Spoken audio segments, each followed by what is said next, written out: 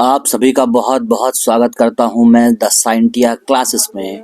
Bihar police science MCQ के series में आपका स्वागत है। सेट आज 5 हम लोग डिस्कशन करने जा रहे हैं। डिस्कशन करने से पहले साथियों एक कोट को हम लोग देख लेते हैं। हर छोटा बदलाव बड़ी कामयाबी का हिस्सा होता है। Every small change is a part of a big success. चलिए तो अब क्वेश्चन को हम लोग देखते हैं। पहला क्वेश्चन हम सभी के लिए है, किस प्रकार के दर्पण का उपयोग प्रकाश की शक्तिशाली किरण प्राप्त करने के लिए टॉर्च वाहन हेडलाइट में परावर्तक के रूप में किया जाता है। ऑप्शन है आपके पास, ए उत्तल दर्पण, बी समतल दर्पण, सी अवतल दर्पण, डी गोलाकार दर्पण। इसका जो सही आंसर हो जाएगा वो होगा कौन सा, तो अवतल दर्पण। सी बिल्कुल ही सही जवाब है। अवतल दर्पण का प्रयोग किया जाता है टॉर्च में, चाहे गाड़ी के हेडलाइट में। जरा अगर हम लोग इसके एक्सप्लेनेशन की बात करें तो देख लेते हैं। अवतल दर्पण या उसी को अभिसारी दर्पण भी बोलते हैं, एक गोलाकार दर्पण है जिसमें एक परावर्तक सतह होता है जो अंदर की ओर झुकी होती है। एक अवतल दर्पण का उपयोग टॉर्च, सर्चलाइट, मोटर वाहनों की हेडलाइट आदि में परावर्तक के रूप में किया जाता है ताकि प्रकाश की एक शक्तिशाली समानांतर किरण प्राप्त की जा सके। यह हमें रात के अंधेरे में काफी दूरी तक चीजों को देखने में मदद करती है। यहाँ पे आप देख सकते हैं कार में जो लाइट लगा हुआ है उसके आप पास में देखेंगे तो इसी तरह का अवतल दर्पण आपको दिखाई देगा। तो चलिए अब बढ़ते हैं हम लोग नेक्स्ट क्वेश्चन की तरफ। क्वेश्चन नंबर 2 ये कह रहा है कि निम्नलिखित में कौन अदिश राशि है। अदिश राशि, चाल, विस्थापन, वेग, त्वरण। ऑप्शन आपके पास है तो इसमें से सही जवाब है वो ए हो जाएगा। चाल जो है वो अदिश राशि है। अदिश राशि की अगर बात हम लोग करें किसे बोला जाता है तो अदिश राशि किसे बोलते हैं, जिन भौतिक राशियों में केवल परिमाण हो और कोई दिशा नहीं होती उन्हें अदिश राशियां या अदिश कहा जाता है। और जिसमें ऐसी भौतिक राशि जिसमें परिमाण और दिशा दोनों हो तब उसे हम लोग क्या बोलते हैं, तो उसे हम लोग बोलते हैं सदिश राशि। एक अदिश राशि उचित इकाई के साथ एक एकल संख्या द्वारा निर्दिष्ट की जाती है। सिंगल लाइन पे वो चलती है, ये कहने का मतलब है।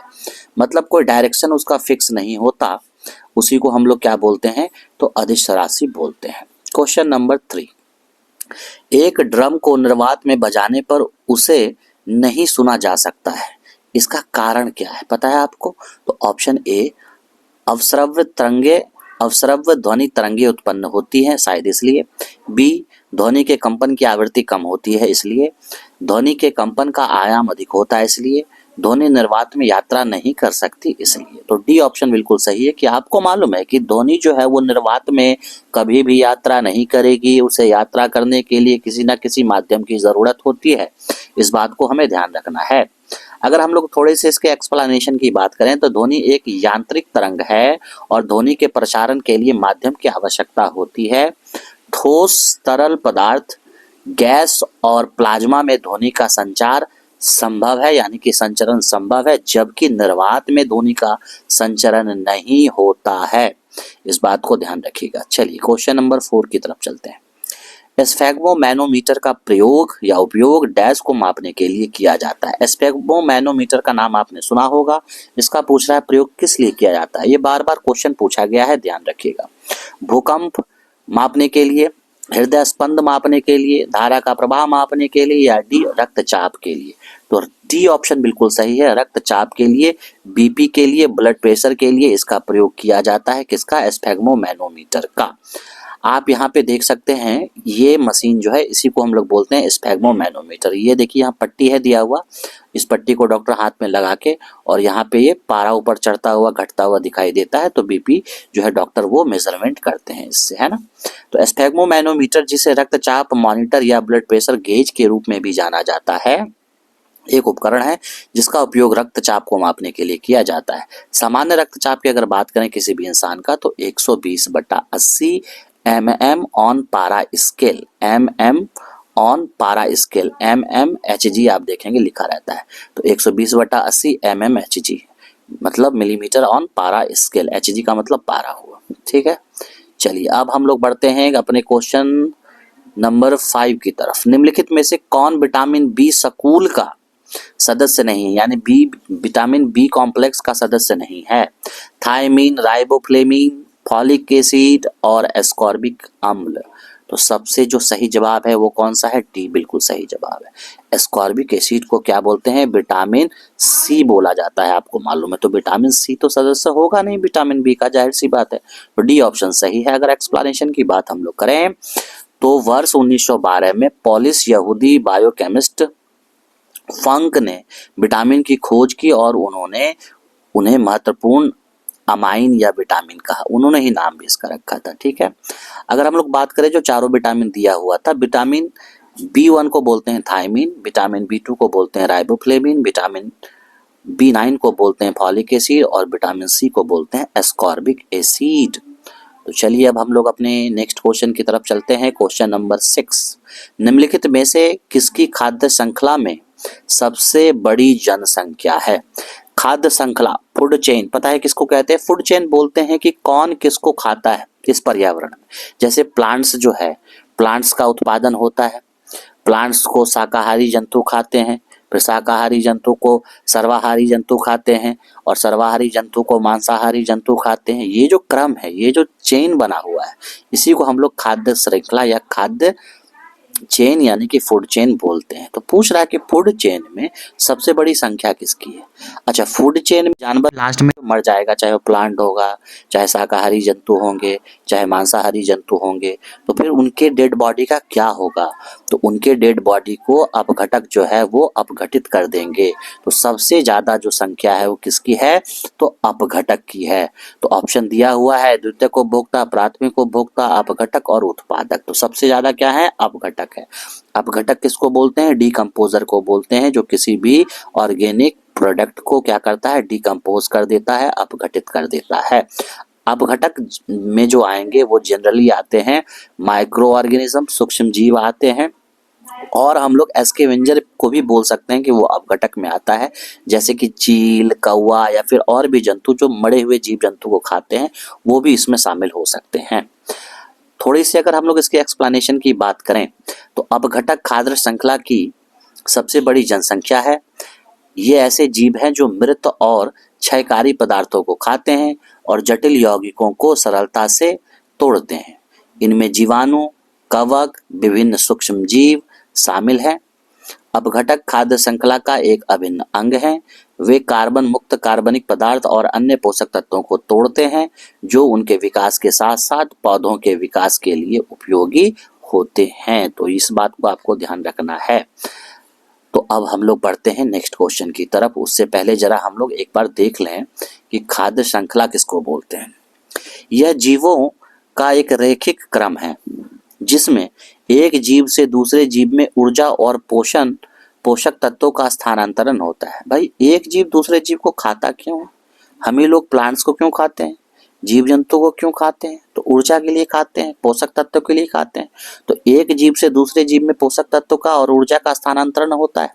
यह एक पारिस्थितिकी तंत्र का अहम हिस्सा है। खाद्य श्रृंखला के उदाहरण देखिए, हरे पौधे हैं, उसको शाकाहारी जंतु खाते हैं, जानवर खाते हैं, फिर उसको मांसाहारी जंतु खाएंगे, फिर उसको मांसाहारी या सर्वाहारी जंतु खाएंगे। तो यहाँ पे इसका क्रम दिया हुआ है। प्लांट्स है, उसको फिर जो है छोटे जीव खा रहे हैं, फिर उसको जो है उससे बड़े जीव खा, देखो टिड्डा खा रहा है प्लांट्स को, इसको मेढक खा रहा है, फिर मेढक को सांप खा रहा है, सांप को चील का हुआ खा रहा है, फिर ये मर के जो है क्या होता है? डिकम्पोज हो जा रहा है। इसी तरह से खाद्य जाल भी होता है जिसको फूड वेब बोलते हैं। बहुत सारा खाद्य श्रृंखला मिलकर क्या कहलाता है? तो वो फूड वेव या खाद्य जाल कहलाता है। आप देख रहे हैं प्लांट है तो इसको टिड्डा भी खा लेता है, दूसरे कीड़े मकोड़े भी खा लेते हैं। उसको मेढक खाता है तो मेढक को सांप भी खा सकता है, मेढक को चील कौवे भी खा सकते हैं, गिद्ध भी खा सकता है, सांप जो है वो चूहा खा सकता है या चूहा को सांप खा सकता है, छिपकली जो है कीट पतंगों को खा सकती है। तो मतलब ये पूरे तरह से जो वेब है ना, उसको हम लोग क्या बोलेंगे? खाद्य जाल बोलेंगे। जैसे वेब सीरीज है ना, वेब सीरीज में एक एपिसोड नहीं होता, कम से कम उसमें मोर देन वन एपिसोड होता है। तो उसी को यहाँ पे अगर हम लोग इससे कनेक्ट करें तो खाद्य जाल यानी कि फूड वेव। तो बहुत सारे फूड चेन को मिलाकर क्या बनता है? खाद्य जाल बनता है। फूड चेन को मिलाकर फूड वेव बनता है। चलिए अब हम लोग देखते हैं अपने नेक्स्ट सवाल की तरफ चलते हैं, और वो क्वेश्चन नंबर होगा कितना? तो क्वेश्चन नंबर है 7। मोती का रासायनिक अपघटक क्या है या संघटक क्या है? मतलब मोती किस चीज का बना होता है, बेसिकली यही पूछना चाह रहा है। कैल्शियम कार्बोनेट का, कैल्शियम सल्फेट का, कैल्शियम कार्बाइड का, कैल्शियम क्लोराइड का। तो आपको पता है किससे बना होता है, CaCO3 से, यानी कैल्शियम कार्बोनेट से मोती बना होता है। इस बात को आपको ध्यान रखना है। यहाँ पे डायग्राम में आप देखिए मोती का डायग्राम दिया हुआ है। कैल्शियम कार्बोनेट एक रासायनिक यौगिक है जिसका रासायनिक सूत्र जो है CaCO3 होता है, मैंने भी तुरंत आपको बताया। यह एक सफेद अघुलनशील पाउडर जैसे पदार्थ हैं जो प्राकृतिक रूप से खनिजों, चौक, संगमरमर, चूना पत्थर, कैल्साइट, गोले, मोती आदि में होते हैं। तो इस बात को ध्यान रखना है, मोती जो है वो किस चीज का बना होता है, तो कैल्शियम कार्बोनेट का बना होता है। अब हम लोग देखते हैं नेक्स्ट क्वेश्चन, क्वेश्चन नंबर 8।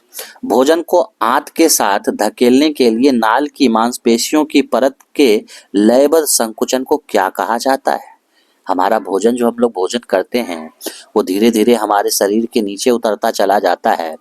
गला से फिर नीचे उतरेगा, ओसोफेगस होते हुए, स्टोमक होते हुए, आंत में होते हुए बड़ी आंत में जाएगा, फिर वहां से शरीर से बाहर मल बन के निकल जाएगा।